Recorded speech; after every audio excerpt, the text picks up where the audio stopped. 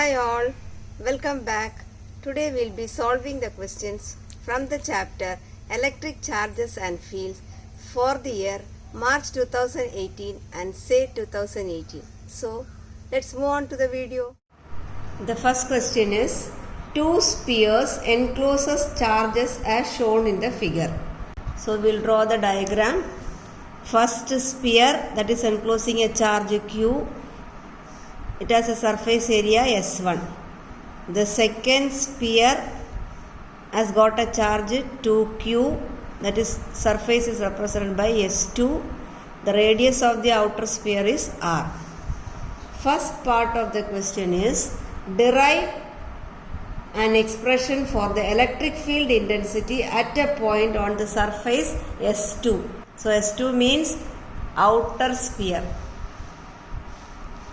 So the answer to this question, we have to recollect two equations which we have learned previously.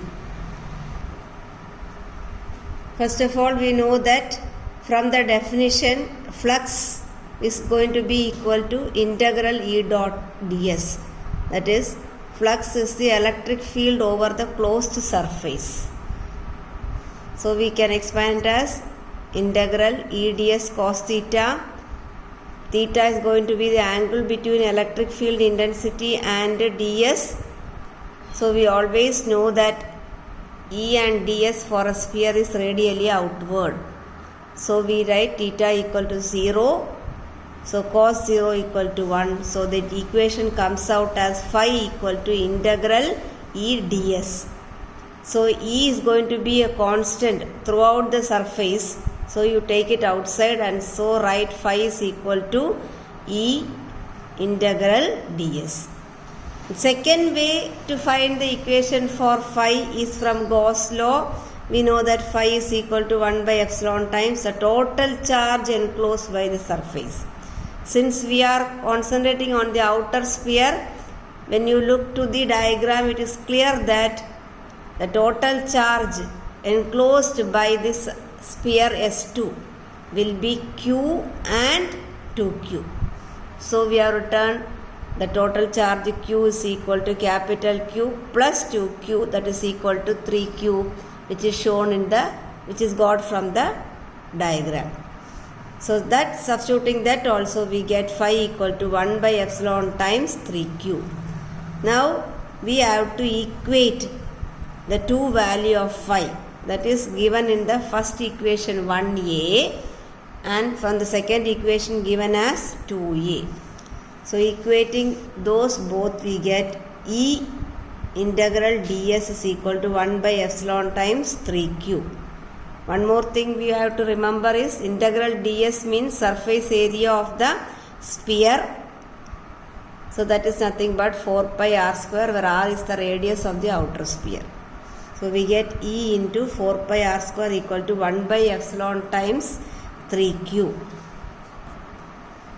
And now we will get the answer E equal to 1 by 4 pi epsilon naught 3q by r square. That is going to be the final equation to this question. B part of this question is, what is the ratio of electric flux through S1 and S2? So for the first sphere, we know phi 1 directly proportional to Q because it is the charge enclosed by the first sphere. Similarly, for the second sphere, we can write as phi 2 directly proportional to 3Q. We know that the second sphere encloses the charge Q and 2Q. So it is equal to 3Q.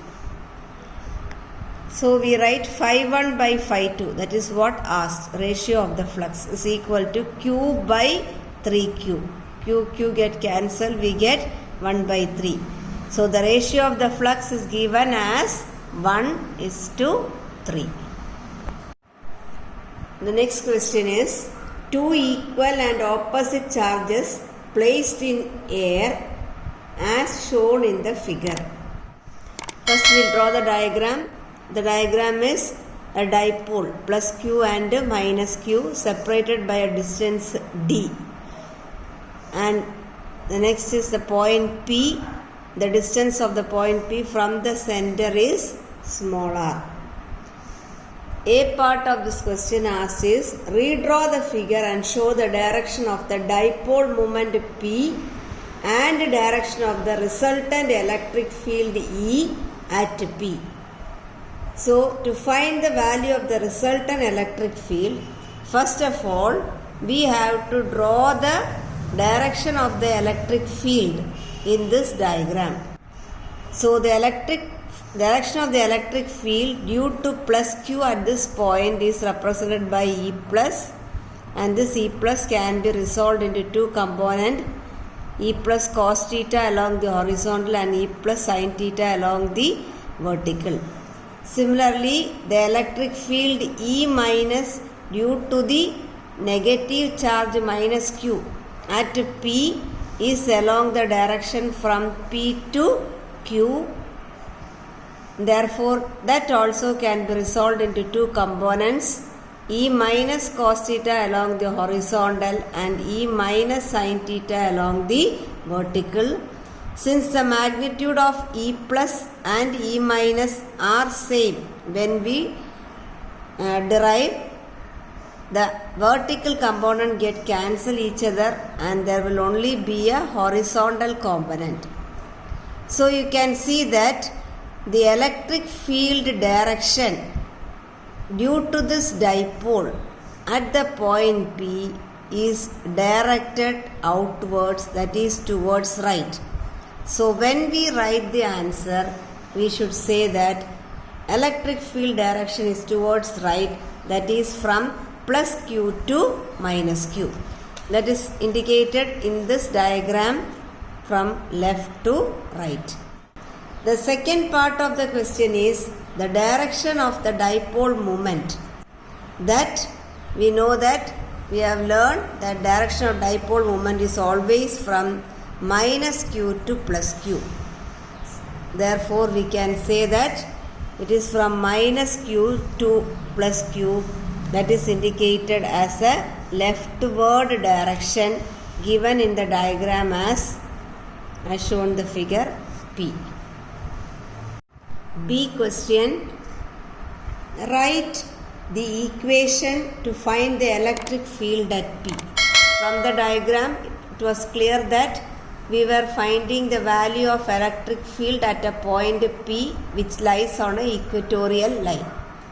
So, the equation or the answer to this question is going to be E equatorial is equal to P divided by 4 pi epsilon naught r square plus d by 2 the whole square to the power 3 by 2. If the dipole is short, then d values will be very small, so d square again becomes small. That can be neglected when compared with the value of r. So the equation becomes E equal to P by 4 pi epsilon naught r cube. Got the answer? This is only a 1 mark question. For those who want to know how we derive it, I will quickly tell you in small steps. This question always comes out as an essay question. That's why I am just giving you the explanation. First of all, we have to draw the diagram.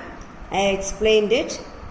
So, to find the electric field intensity due to a dipole, first we have to find the electric field intensity at P due to plus Q. That is E plus, which is equal to 1 by 4 pi epsilon naught Q by x square. And the direction of E plus is as shown in the figure. Again, we have to find the electric field intensity at P due to minus Q. That is represented as E minus. That is equal to 1 by 4 pi epsilon naught Q by x square. We are writing it as x square because the distance between plus Q and P and minus Q and P, it is x. Then we have to find the total electric field intensity at P due to dipole. So while I was explaining the first part of the question, I told you that the horizontal resolving the E plus and E minus as horizontal and vertical component. The vertical component get cancelled away. So we are left only with the horizontal component. So from that we can write the electric field intensity at P due to dipole as E plus cos theta plus E minus cos theta, because for both the contribution it is always directed towards the right as shown in the figure. But we know that magnitude of E plus and E minus, which is indicated in the equation 1 and 2, are same. So we write E cos theta plus E cos theta. So we get 2E cos theta. Substituting the value of E and cos theta. E plus and E minus is written as E. So the value of E, we can write it from the first and second equation as 1 by 4 pi epsilon q by x square. The remaining is that we have to find the value of cos theta. So when you look to the figure, you can see that cos theta is nothing but d by 2 divided by x. That is the adjacent side by hypotenuse. So substituting that also here, we get cos theta as d by 2 by x. So cancelling these two, we get 1 by 4 pi epsilon naught q d by x cube. Now we have to substitute the value of x. Again we will have to come back to the diagram to explain this. We will take a triangle, and from that, applying Pythagoras theorem, we get the square of the hypotenuse is equal to the sum of the squares of the other two sides. So we get the distance as x square equal to r square plus d by 2 the whole square. So x is equal to r square plus d by 2 the whole square to the power of half. Since we need x cube, we can cube it on both sides. So for the value of x cube, we write it as r square plus d by 2 the whole square, the whole power 3 by 2. So substituting all this in the again equation, we get the electric field at a point on the equatorial line is equal to qd divided by 4 pi epsilon naught r square plus d by 2 the whole square, the whole power 3 by 2. If you consider the dipole as very short, d by 2 is small, so we can neglect it compared to r. So the equation comes to be E equatorial is equal to P divided by 4 pi epsilon naught r cube. This answer, the final answer, should also be memorized. The question is, write the physical quantities having the following SI unit, centimeter.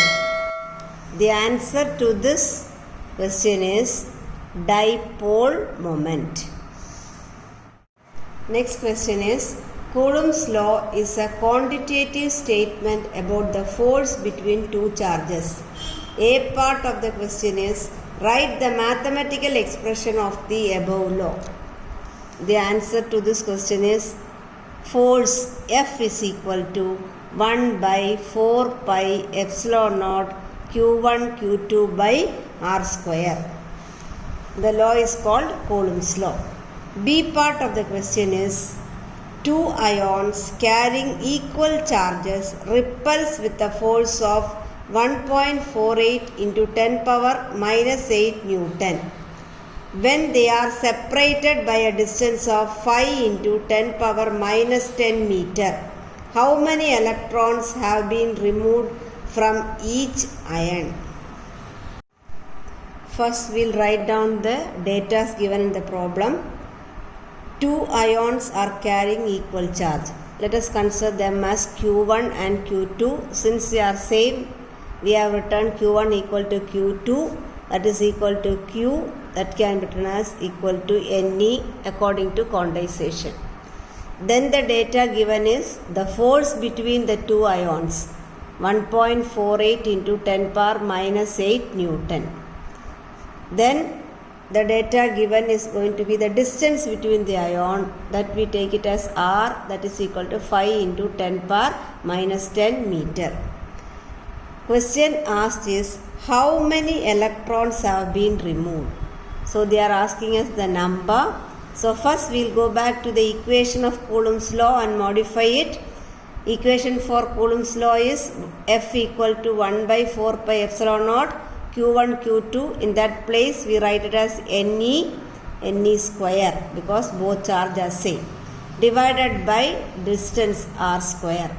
So substituting the above data in this equation, we get for force we substituted, and we know that for 1 by 4 pi epsilon naught the value is going to be 9 into 10 power 9. We do not know the value of n, so we write it as n square. N is given here to the power of square. Then substituting the value of E, even though it is not given in the problem, that we have to know, that is value is 1.6 into 10 power minus 19. That also square, so write it as 2 times. Then divided by distance. Distance is given in the problem, so substitute it as 5 into 10 power minus 10 the whole square. Then simplifying, we get the value of n square.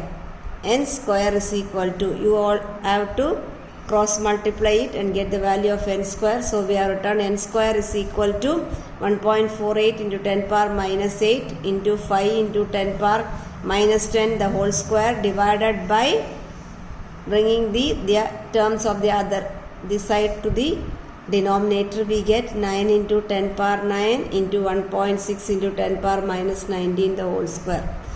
So substituted and simplifying, when we simplify we get n square equal to 1.6 into 10 power 1.